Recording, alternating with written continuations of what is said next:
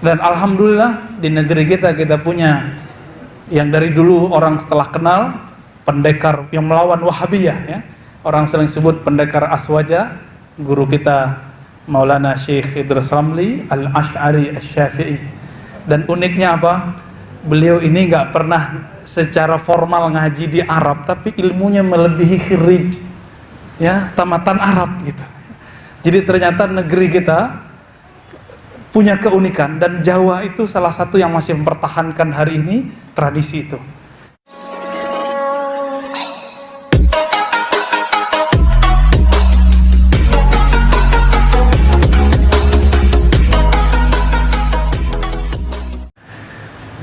Kemurnian akidah Ahlus Sunnah, itu tema kita.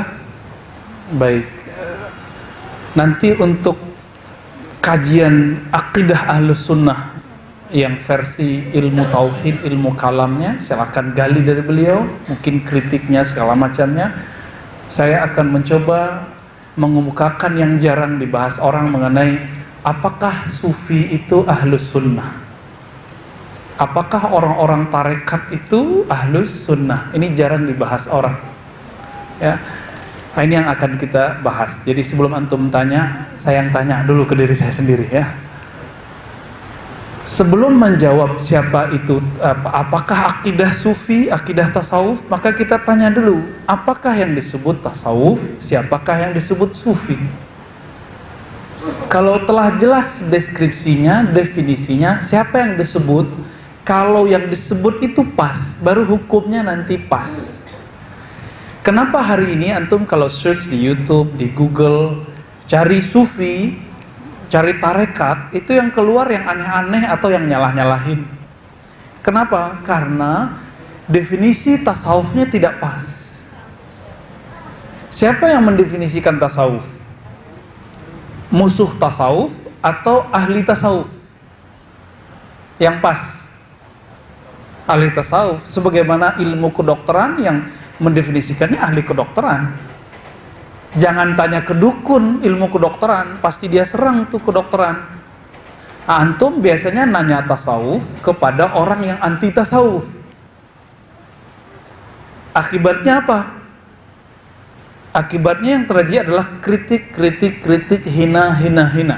Contoh, ya. Ada seorang ustadz, nggak usah disebut namanya, ketika ditanya apa itu tasawuf, akidah tasawuf, jawabannya zindiq, ya, dengan kefasahan bahasa Arabnya, zindiq, gitu ya. Kayaknya fasih sekali ya. Apa arti zindiq? Bahaya loh nyebut zindiq. Zindiq itu artinya al-fisq, khuruj minat ta'ah, kefasikan atau keluar dari taat. Keluar dari taat. Kita telah sering membahas akidah Ahlus Sunnah itu telah dikumpulkan, telah diriwayatkan oleh Imam Abul Hasan Al-Ash'ari, Abu Mansur Al-Maturidi, dan Imam Abu Ja'far At-Tahawi. Sebagaimana hadis diriwayatkan oleh Imam Bukhari, Muslim, Abu Daud, Tirmizi, sebagaimana fikih diriwayatkan oleh Imam Abu Hanifah, Hanafi, Maliki, Syafi'i, Ahmad bin Hanbal, Hanbali. Jadi kalau ada orang nanya kenapa tidak ikut akidah Imam Syafi'i saja, akidah Imam Syafi'i itu telah diriwayatkan ulang oleh Imam Asy'ari. Gitu. Jangan dibalik-balik. Kok nggak ikut akidah Bukhari saja? Akidah Bukhari itu isinya sama dengan akidah Imam Asy'ari. Mau bedah, silakan bedah kitabul akidah, kitabul iman dari Sahih Bukhari, isinya sama. Persis sama, ya. Maka kita coba lihat Imam Abul Hasan Al-Ash'ari yang wafatnya 324 Hijriah. Separuh hidupnya lebih itu di zaman salaf. Salaf di akhir abad ketiga Hijriah. Ternyata beliau belajar ke murid-murid dari imam-imam besar. Murid dari Imam Ahmad bernama Zakaria As-Saji. Masih ada lagi Al-Jumahi, ya, masih banyak beberapa ulama yang lain. Apakah pernah Imam Asy'ari berguru kepada sufi? Baru nanti kita ketahuan siapa itu sufi. Saya sudah bedah-bedah, ternyata baru ketemu dalam kitab At-Tabaqat Syafi'iyah Al-Kubra. Tabaqat Syafi'i Al-Kubra, karya seorang imam ahli hadis bermazhab Syafi'i namanya Imam Tajuddin As-Subki. Di situ dia buat syair yang panjang sekali dan beliau mengatakan Imam Abdul Hasan Al-Asy'ari mengambil akidahnya dari beberapa ulama, terutama Imam Al-Junaid, Junaid Al-Baghdadi. Junaid Al-Baghdadi. Siapa nih Junaid Al-Baghdadi? Sering dengar? Kalau kita search di Google langsung keluar Imam Sufi. Imam Sufi. Sufi yang bagaimana? Sufi yang kalau udah nyampe gak sholat. Kalau udah zikirnya sudah tinggi terus dia gak perlu lagi baca Quran. Bukan, gak ada itu. Itu bukan tasawuf. Ya. Tasawuf itu didefinisikan secara contoh, birrasam, dalam bahasa ilmu mantiq, ilmu logika, adalah Imam Junaid. Imam Junaid inilah kemudian yang mengajarkan akidah Ahlus Sunnah versi Sufi kepada Imam Abdul Hasan Al-Asy'ari. Oleh karena itu, la Sufi illa wa huwa Asy'ari. Tidak ada Sufi kecuali dia akidahnya Asy'ari. Ahlus Sunnah. Kalau ada Sufi tidak berakidah Asy'ari, maka diragukan kesufiannya. Karena tasawuf tidak ada di Syiah, tidak ada di Mu'tazilah, tidak ada di kebatinan. Sufi itu cuma ada di Ahlus Sunnah. Namun sekarang beberapa orang karena definisi dia tentang tasawuf tidak benar, maka yang dia bayangkan tasawuf itu adalah orang-orang Syiah. Hei, hati-hati. Syiah itu punya yang mirip, tapi itu bukan tasawuf, namanya irfani. Apa arti irfani? Filsafat ma'rifatullah. Filsafat doang, nazariyat, teori-teori bertuhan. Maka muncullah seorang syekh yang hebat luar biasa untuk kategori mereka, namanya Syekh Razi, ya, atau Mullah Sadra. Ditulis satu kitab 9 jilid, cetakan terbaru, 9 mujalladat, ya, namanya Al-Hikmah Al-Muta'aliyah. Tapi saya baca, wah ini bukan tasawuf, isinya debat filsafat. Dia bantah ini, bantah itu. Tasawuf tidak ada bantah-bantahan. Tasawuf itu mengamalkan satu hadis. Min husni islamil mar'i tarkuhu ma la ya'ni. Salah satu kesempurnaan agama seseorang, dia meninggalkan hal yang gak manfaat. Salah satunya debat. Karena memperkeruh kalbu. Kita debat, itu benar pun hatinya keras. Maka beda Asy'ari Sufi dengan Asy'ari ahli akidah, ahli kalam. Asy'ari Sufi tidak suka berdebat, suka berzikir. Asy'ari ahli kalam, ahli tauhid suka berdebat.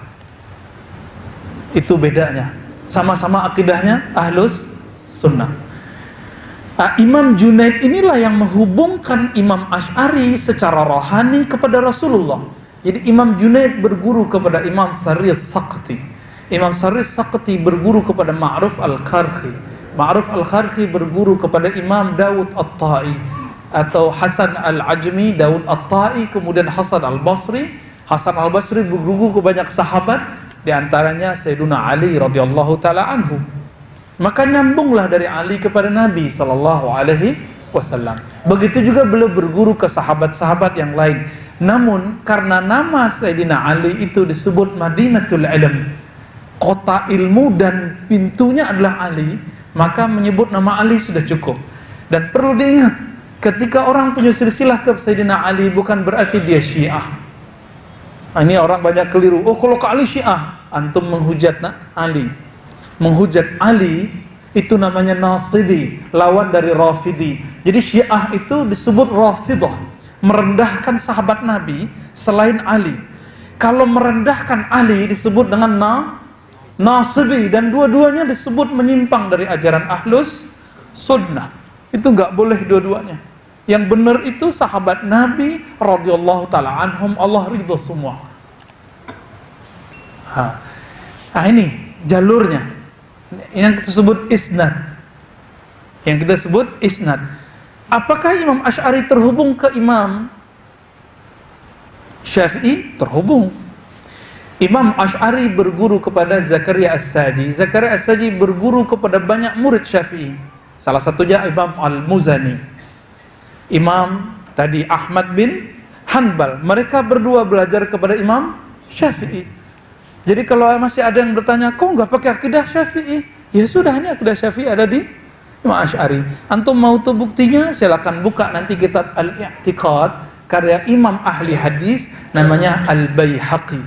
Di kitab itu disebutkan setiap bab, hampir semua, tidak semua, ya hampir semua, selalu ada kaul-kaul Imam Syafi'i sebagai penutup bab. Artinya akidah Asy'ari itu akidah ahli hadis, Ahlus Sunnah itulah akidahnya Imam Syafi'i.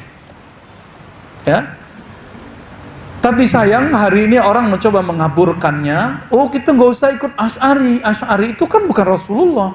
Ya emang bukan Rasulullah. Bukan Imam Ahlus Sunnah. Siapa bilang? Ya.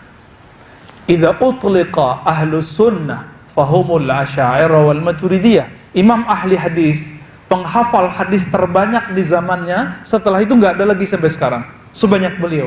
Al-Hafiz Al-Lughawi Murtada Az-Zabidi, imam dari Yaman, dari Zabid, yang kemudian hijrah ke Mesir. Pengarang kitab Ithaful Muttaqin, Syarah Ihya Ulumuddin, itu berjilid-jilid, semua hadisnya disyarah, riwayatnya dijelaskan. Ketika orang menuduh kitab Ihya Ulumuddin lemah hadisnya, ternyata beliau eksplorasi dahsyat sekali. Hadis-hadis yang dikumpulkan Imam Ghazali sangat luar biasa. Apa kata beliau? Jika Anda menyebut Ahlus Sunnah dalam sejarah Islam, pasti yang disebut adalah Asy'ari dan Maturidi. Dan sekarang anak-anak muda yang seumuran dengan saya berani mengatakan firqatud dhalah al-Asy'ariyah. Kelompok yang sesat itu bernama Asy'ari. Allahu Akbar. La ya'rifut tarikh, enggak tahu sejarah ini orang. Antum sering pakai Arba'in Nawawi tidak? Sering. Arba'in Nawawi siapa yang ngarang? Imam Nawawi. Imam Nawawi apa akidahnya? Ahlus Sunnah Asy'ari. Ahlus Sunnah Asy'ari. Imam siapa lagi? Kalau belajar di pesantren ada kitab-kitab Hasyiah karya Imam Zakaria Al-Ansari. Itu juga Imam Asy'ari, bahkan semua tarekat sufi dia punya. Semua tarekat sufi dia punya, Naqsyabandiyah, Qadiriyah, tapi dulu belum ada namanya Tijaniyah, ya adanya Syaziliyah, Khalwatiyah, semuanya dia punya. Dia punya semua itu, ya. Kemudian dia punya murid, muridnya punya murid lagi. Jadi dia punya murid Maulana Imam Ramli. Imam Ramli senior dan Maulana Ramli yang junior itu punya murid namanya Imam Al-Kushashi Al-Madani. Imam Kushashi. Imam Kushashi ini punya murid di Indonesia namanya Burhanuddin, yang kemudian dia dikenal belajar ke Aceh juga, ya. Burhanuddin ini lebih tepat berguru ke muridnya, ya, namanya Al-Qurani, dan kemudian juga Abdul Rauf As-Sinkili. Abdul Rauf ini langsung ngambil Al-Kushashi. Dari Abdul Rauf ini kemudian berkembanglah ke Burhanuddin, ya. Jadi Burhanuddin, Abdul Rauf Singkel, ya, pernah dengar Singkel Aceh? Abdul Rauf berguru ke Imam Kushashi. Kushashi punya khalifah pengganti namanya Al-Qurani. Mereka semua ahli hadis. Ahli hadis, bukan ahli hadas. Hafal ribuan hadis. Maka dulu Sufi, Asy'ari, Muhaddis, Faqih, semua gabung. Gabung di satu orang itu. Kalau mau ngaji hadis ke beliau, ngaji fikih ke beliau, ngaji akidah ke beliau, ngaji tasawuf tarekat sufi ke beliau. Dulu ada isu berkembang di Nusantara ini, negeri kita, mengenai wujudiyah. Kelompok yang mengatakan zatku zat Allah, sifatku sifat Allah, ya, zat ingsun zat Allah, gitu. Itulah yang disebut ajaran Syekh Siti Jenar, wallahu alam, ya. Sebelum itu sudah ada di Aceh. Maka orang Aceh berkirim surat kepada Syekh Al-Qurani. Siapa yang berkirim surat? Guru kami, ahli filolog, Profesor Dr. Oman Fatur Rahman, kemudian mempertegas orang itu adalah Syekh Yus Abdul Rauf Al-Sinkeli, ya, yang berkubur di Aceh. Pasti sudah ada yang ke sana, ya, atau mungkin orang sana. Beliau itu kirim surat ke Madinah. Maka dulu Akidah ulama Aceh, ulama Sumatera, ulama Malaka, ulama sampai ke Sarawak, sampai ke Jawa, semuanya itu berporosnya ke Madinah. Imam siapa tadi? Al-Qushasi dan Al-Qurani. Qushasi berguru ke Ramli berguru kepada Imam siapa? Zakaria Al-Ansari, ya. Ramli junior, kemudian Ramli senior, lalu Imam Zakaria Al-Ansari. Semuanya.